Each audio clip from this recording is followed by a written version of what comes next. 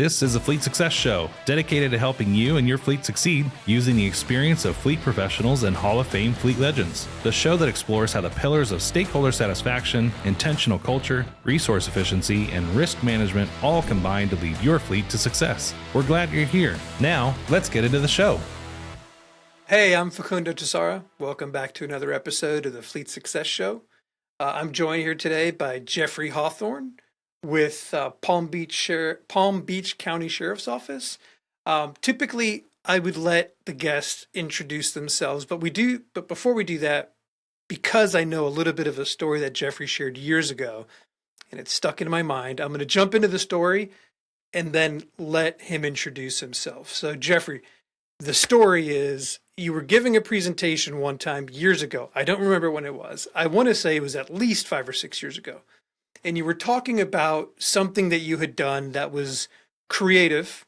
And it was this large tank that you had, and you had the oil cans that were turned upside down, and you were collecting the extra oil that was in there.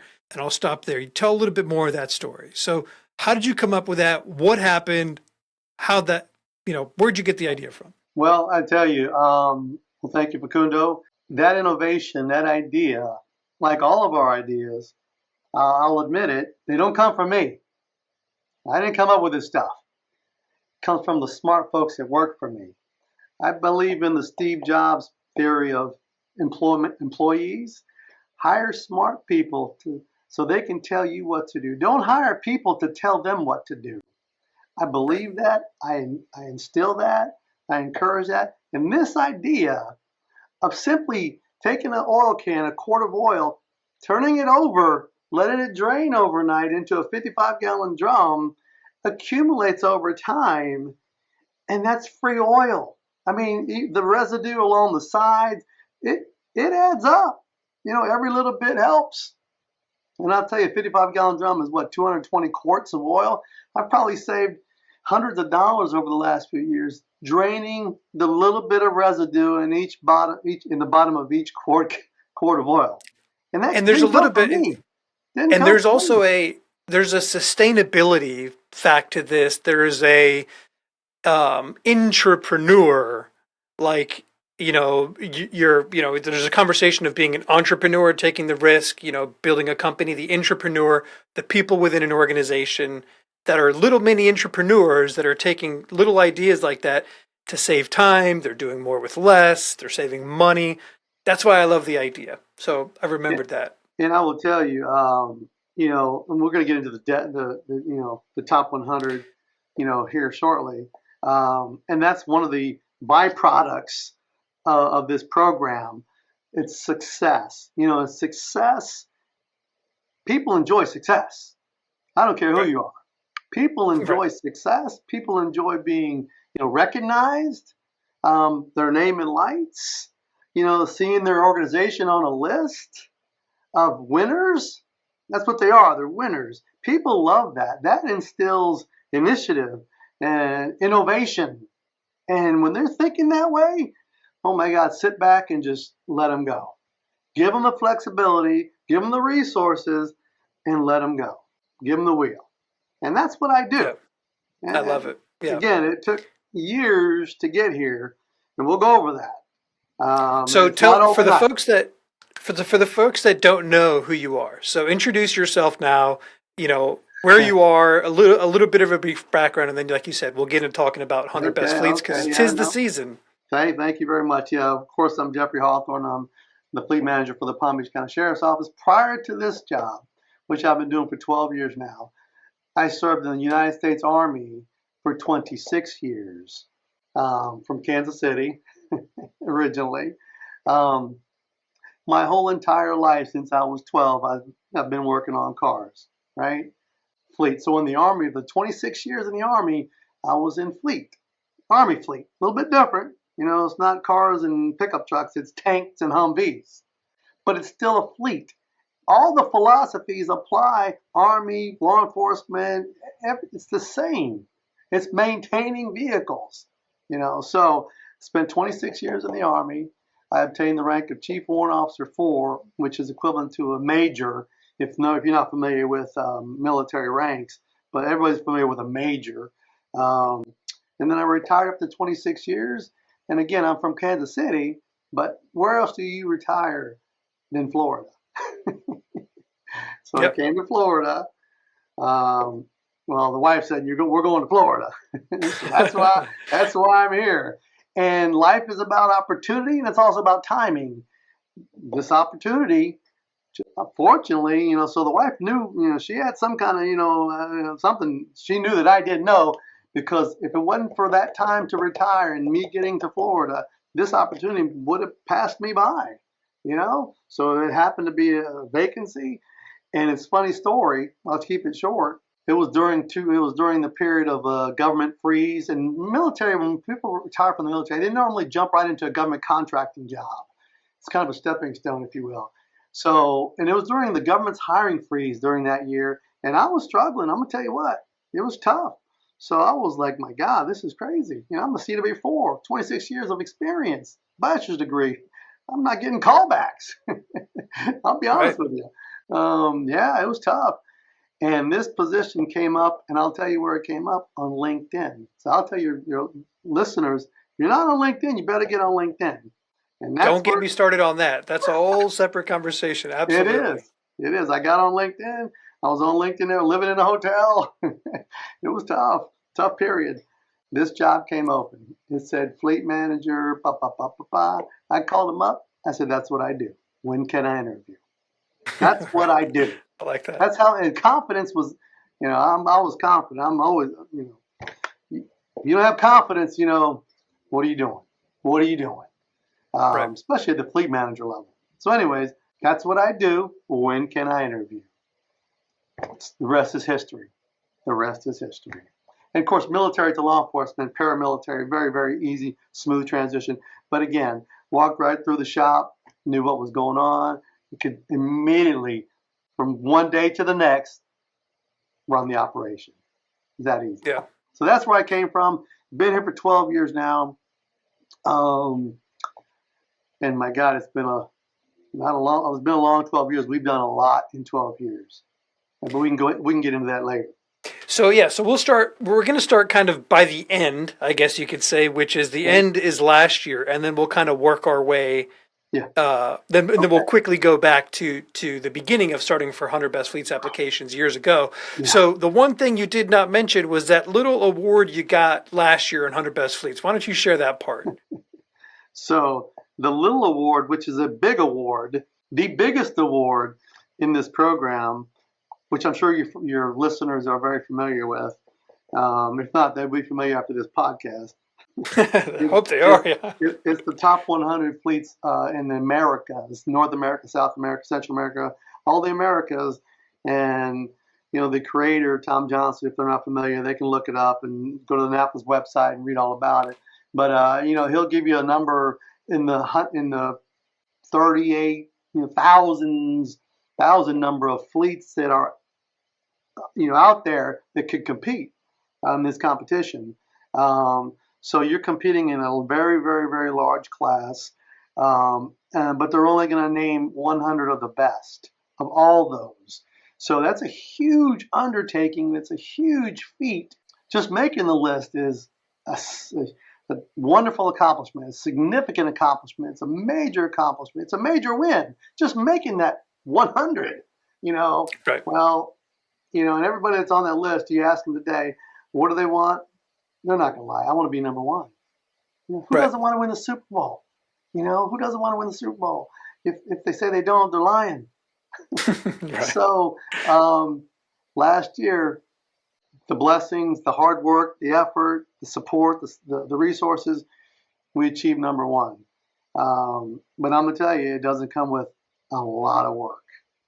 So just the, that feeling of we won the Super Bowl is overwhelming, but by golly, the hard work and the effort that you have to put into that, it paid off. It paid Perfect. off. So you set the stage. So it's like, when you're watching a movie and they hit, they pause it and then they rewind. Yeah. So let's rewind. Let's go back to that first application, right? God. That first application you did. Oof. What was that like? I've encouraged, I've Yeah, helped people, yeah, I've done it myself several times, yeah, yeah, yeah. and I've heard all of the excuses, and they're typically the same ones. What Woo. if I don't rank? What Yeah, if, yeah, we're just not doing yeah. that right now? I'm not Yeah. good enough. I'm really Okay. busy. Oh, I've heard all of it. I'm sure you Yeah. have too. Oh So yeah. go back to your first Yep. application at All that right. organization and just how'd it go? Where did you start? Yeah, yeah, yeah, yeah, yeah, yeah. Great question. Um, and I will tell you, it's overwhelming. Your first attempt, your first crack at it, it's overwhelming. You'll be overwhelmed if you've never done it before. But our first attempt, first crack at it, was actually before I got here. Was before I got here. The program's been around since 2020, no, 2005. So it's 20 years. Yeah. This program's been Hmm. around for 20 years.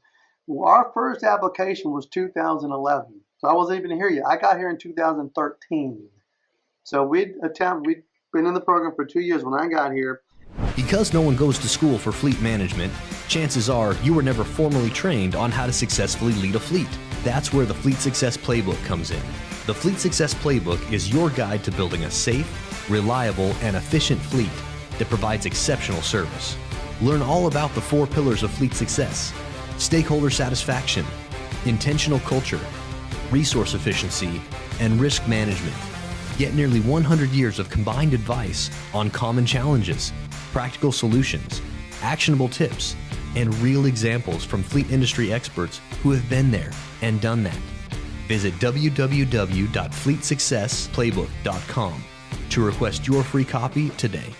So we'd been in the program for 2 years when I got here, and we started at 95. 95. So again, you're going to start at the bottom. You got to start somewhere. Don't think Right. don't think you're going to start at the Yeah. top. I'm You're going to not tell going to you, win the first year. Yeah. it's a mountain. It's a mountain. So we started in 2011 prior to me getting here, but the path from there, climbing this mountain, it was consistent. Yeah, there's gonna be some jags. It's gonna have a jagged line. It's not gonna be straight to the top. You're gonna go up, you're gonna go down. You're gonna go up, you're gonna go down. So it was very jagged. But we started at 95 and then just slowly 85, 75. It kept going and going. It took 8 years. 8 years. Now, if you don't know this, if you walk into an organization, a fleet, I'm not saying it's broken, but if you're going to revamp, rebuild, you're looking at a 5 to 10 year process. That's the bottom line. If you don't have that going into it, then you got a bunch of Tom Brady's and Patrick Mahomes. Period. But we know we don't get that. You're blessed to have a handful of those guys, but you don't have a team of those guys.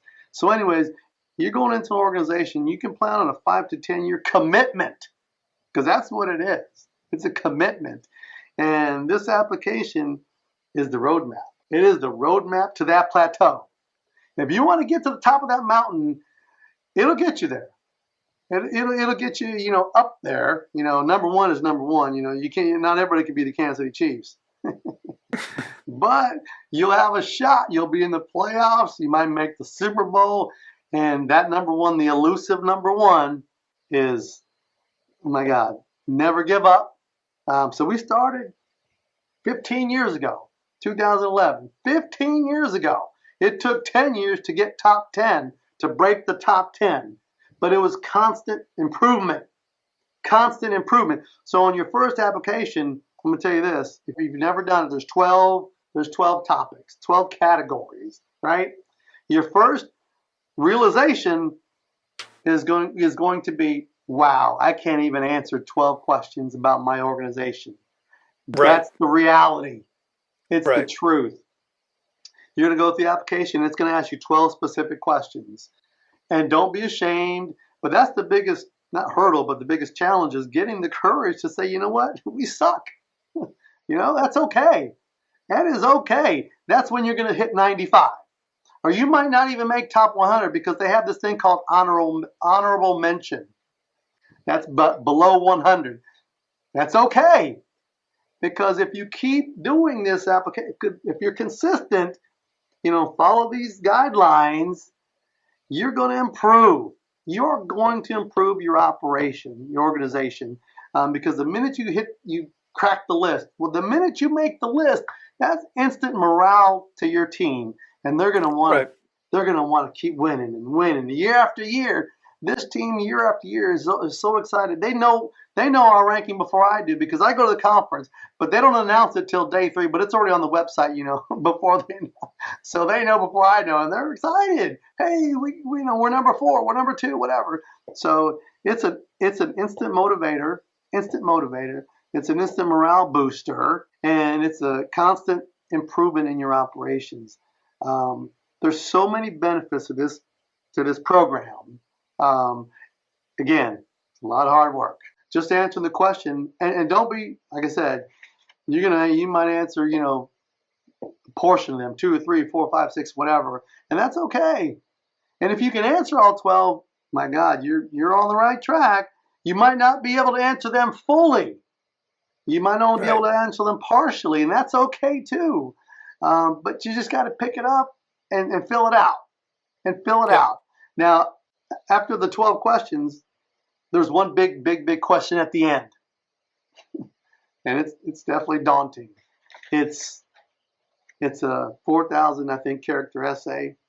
Why you? Why you? Simply, why you? That's going to take you some time to figure out.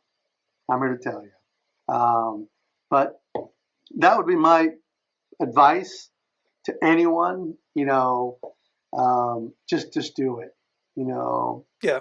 Just start, right? That's the hardest part. Is the starting. That's the hardest part, and it's gonna be not a slap in the face, but it's gonna be a rude awakening when you say, I can't answer half these questions, because we don't do half the stuff that they're. And this is what the fleet professionals, the careerists, are saying, and they know what they're talking about.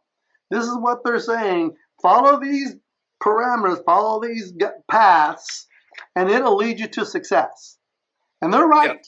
I'm proof they're right. I follow this, year after year after year after year, 95, 85, 75. Then we're in the top 10. And we've stayed in the top 10 for the last 8 years. Hit number 1, listen to this, twice.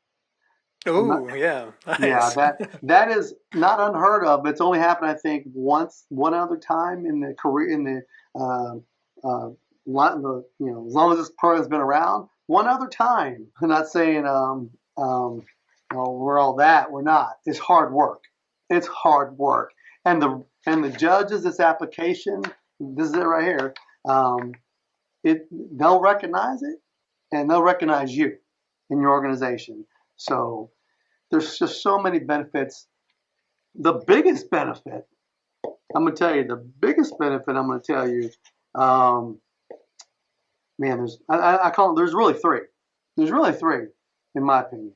And you can't even really gauge them. They're all equal. But one of them is credibility. Oh, my God. The credibility that this program gives you and your organization, you can't even imagine. I didn't. But once we started showing, wow, we're ranking in the top 100 fleets in the country. Oh my God, now all of a sudden your entire organization, your entire C-suite, they're like, wow, they know what they're doing. Give them what they want. You want shop tools, you want a state of the art, give them what they want. Trust me, that is a byproduct of this program. Now, not everybody has a Sheriff Rick Bradshaw that supports his fleet, like you wouldn't believe. That's without support from your chain of command, your CEO, your sheriff. Good luck. I wouldn't say don't apply, but good luck. But our sheriff, Rick Bradshaw, is so supportive of. He truly believes, and without that road patrol guy without that guy in that car on the road, he knows he's not protecting this county. So it's a top priority for him, and we're so thankful, because that's number 1, the support. So the credibility is it's just going to explode. It's going to explode. Right. I promise you that. Your efficiency is going to go. It's going to go up. naturally, just by going through the application. Because one of the questions out of the 12 is saying is going to ask about KPIs, metrics.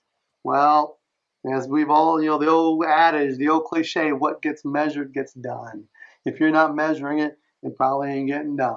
If it ain't getting done, you're probably not efficient. So the efficiency is going to go through the roof. It's going to go through the roof. Right. Agreed. And then the other thing that it does provide opportunity, because every year when you have that big party, that big celebration, hey, we're number 20, we're number 15, the opportunities that crew is going to come up with, it's gonna improve. Constant improvement. And there's I would say, I mean, I'm sure that we could add more to these, but a couple things that I want to touch on that you mentioned, not only the credibility within your organization, but the credibility within the industry. Now you're a trusted source, right? Yeah. No, that's great point. Yes. You wouldn't believe how many calls, invites, questions that I get, because, I mean, I'm not trying to toot my own horn, but we're doing something right.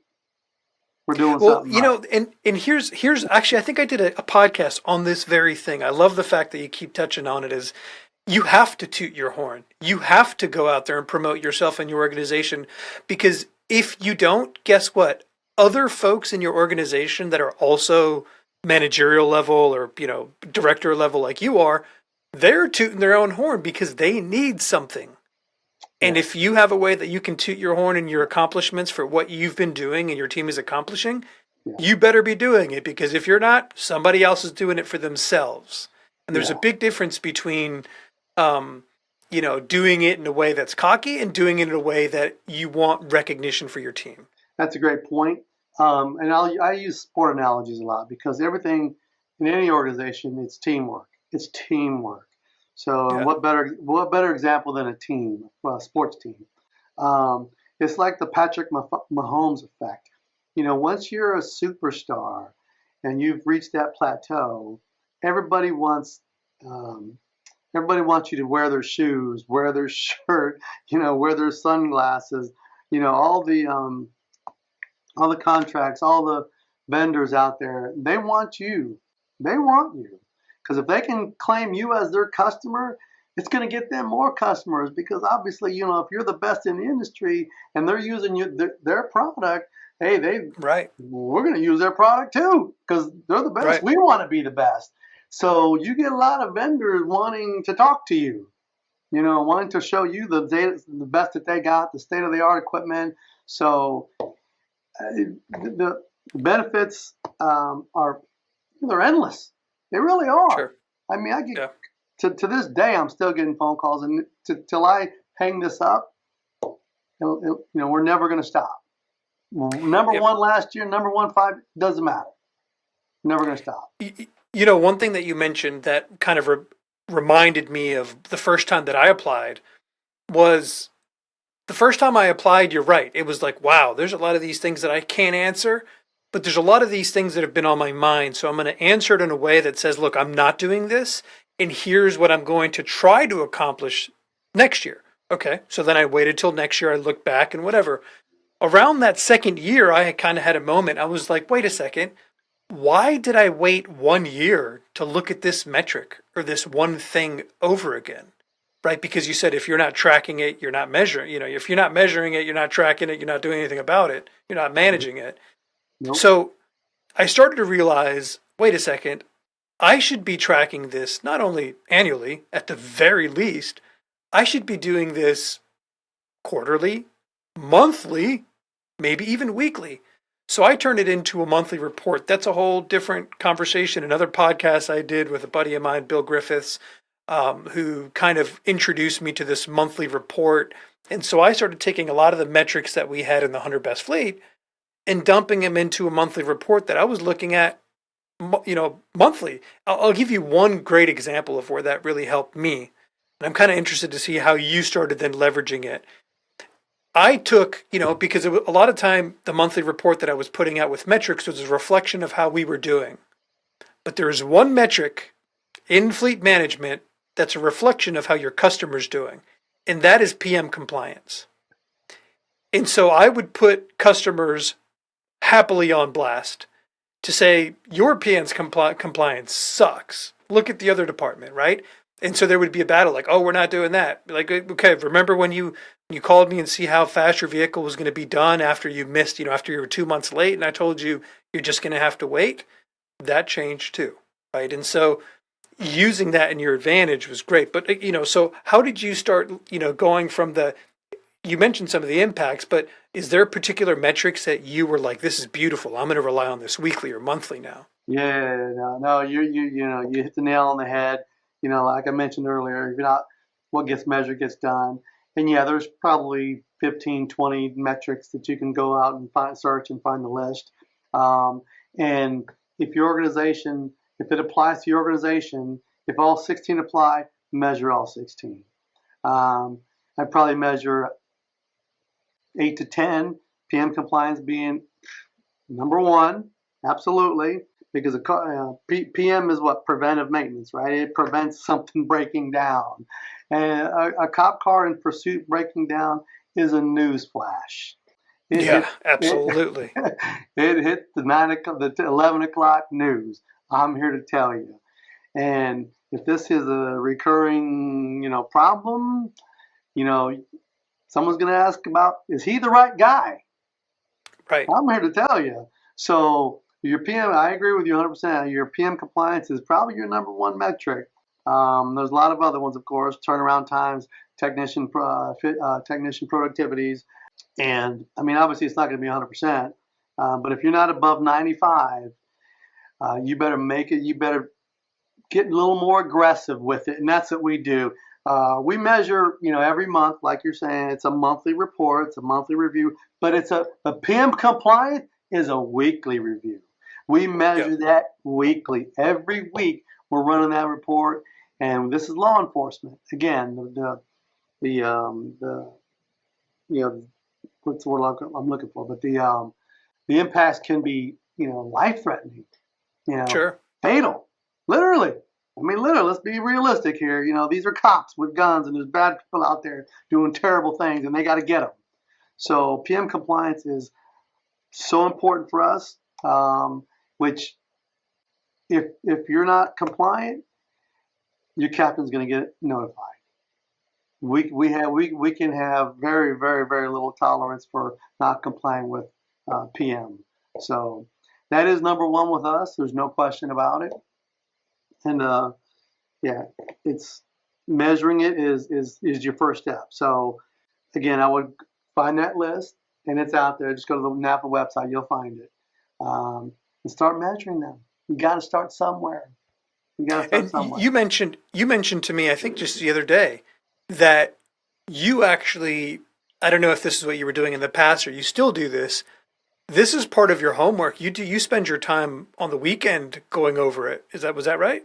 Yes. Because in the course of a day, in any organization, definitely in law enforcement, you're getting phone calls, emails, not putting out fires necessarily, but you're addressing a lot of stuff. So to really focus on, how can I improve? How can we get better? Yeah, you're going to have to commit some of your personal time to that. Absolutely. Now it's gone down, because, we were this far, we were this bad, and now we've refined over the years. We have refined our processes. And here's what I tell people also. I get this question a lot. I mean, you're going to have, let's say an unhappy customer, something happened, whatever. They're going to say, I thought you're number one. You know what I tell them? I said, number one doesn't mean perfect. It doesn't mean perfect. Yeah, great point. We are number one. Absolutely we are. And we're proud to say that. But I'm never going to say we're perfect, because we're not. There's always room for improvement. I've been in this seat for 12 years. And I think, last week we were talking about how can we improve a certain process. There's no shame in that. There's no, I mean, think about it. Like I said, I use sport analogies a lot. Don't you think of a coach of, the Chiefs? He's not looking at his playbook every year, every off season to come up with better plays to win the Super Bowl next year? It's the same thing, and Yeah, that's the other thing about this application. You know, if you hear, they give briefings about this. They give they give podcasts and they also give webinars. The one thing they're going to tell you, their biggest tip, their biggest piece of advice is this: start early, right? Yep. I don't say start early. I say start always. Oh, I love that. I'm telling you, it's not okay, it's December, let's, dust off. Right. If this is not on your, your desk, I'm not going to show you mine because mine's a mess. But if it's not there and you're not reviewing it throughout the year, always, I would recommend that. It's not start early, it's start always.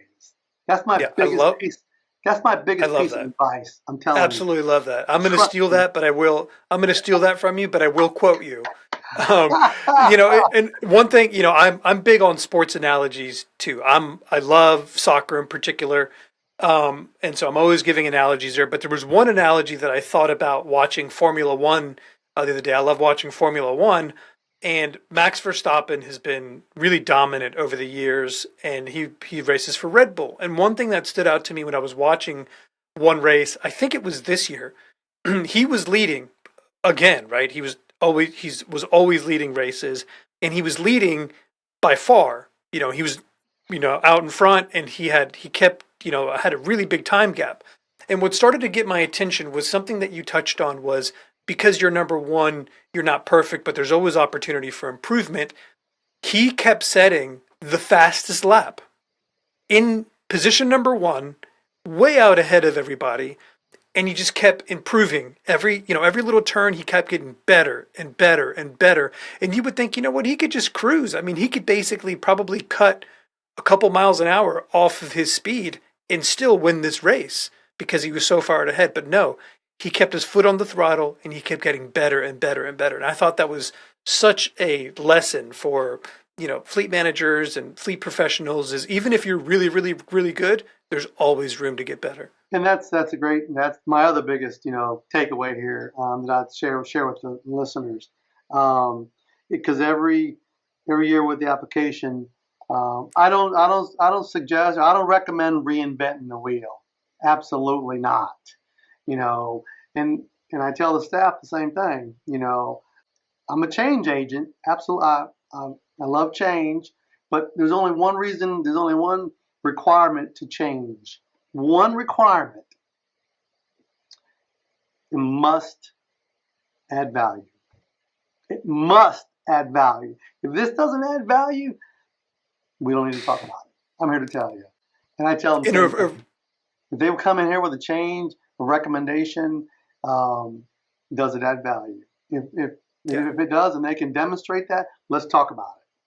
Yeah, that's a great point. We often talk about this in RTA when we have to make a critical decision, and it reflects on our vision, which is we help fleets succeed. It's not we help our customers succeed, it's we help fleets succeed, right? So when we're thinking about something that we need to do this trimester, we operate on trimesters rather than quarters, we often go back to it and say, well, will it help fleets succeed? And if the answer is no, well, then maybe that's not a priority, right? And so I love the fact that you're saying is that if it doesn't help you accomplish what the mission is or your vision is or whatever it is, then maybe it's not a priority. Yeah. I mean, no one likes change, right? I get it. People get, status quo. That word is not even allowed here. I don't even want to hear that word, status quo. That's how it's always been done. Don't care. But it must add value. And, I tell them also, you're the doers of the action. I can write a general order. I can write a policy all day long. In black and white, it briefs well. It reads well. It makes sense. But the actual doer of the action, doing that process, on the front line, and I tell them, if you say to yourself at your desk, this is stupid, come say, Jeff, this is stupid. and I'm going to Right. listen to you.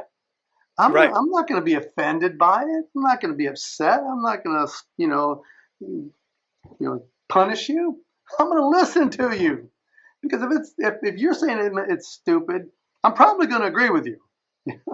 Because again, hire smart people so they can tell you what to do. Don't hire smart people and tell them what to do.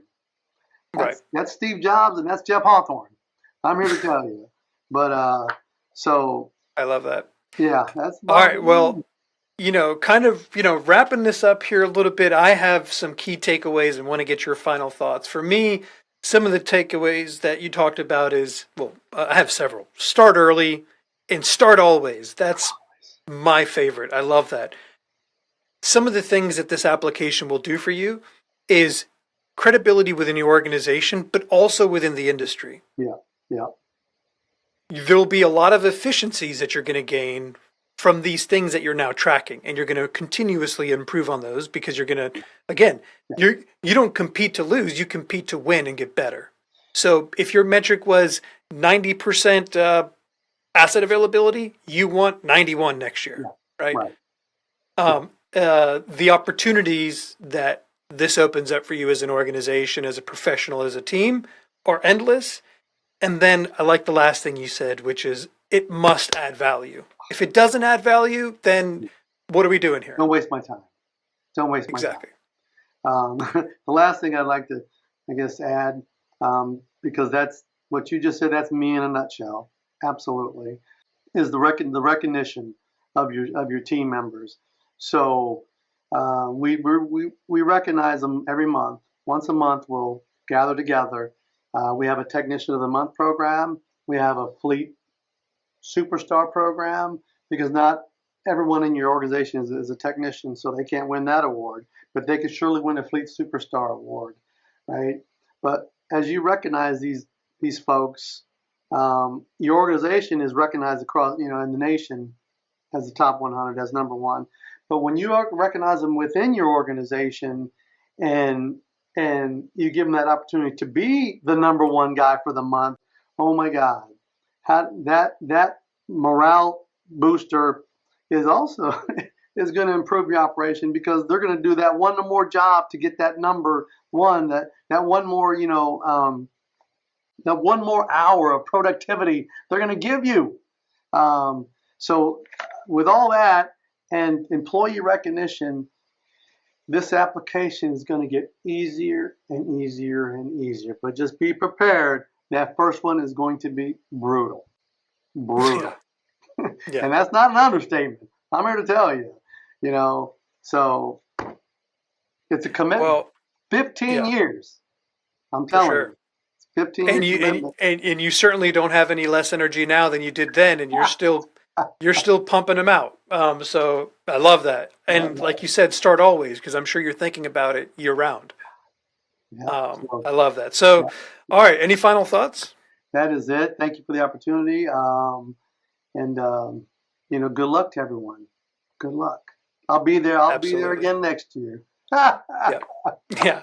I'll be there. All right, guys. Well, thanks for joining us on another episode of the Fleet Success Show. You can visit us at rtafleet.com or listen to the podcast anywhere that you listen to your podcast. And with that, we'll see you next time. Thank you. We hope you enjoyed the show. If you'd like to help support the podcast, please share it with others. Post about it on LinkedIn or leave a review. Want to learn more about our fleet management software, Fleet 360? Check us out at rtafleet.com. If you want to learn more about having your fleet evaluated by our consulting team, go to fleetconsulting.com.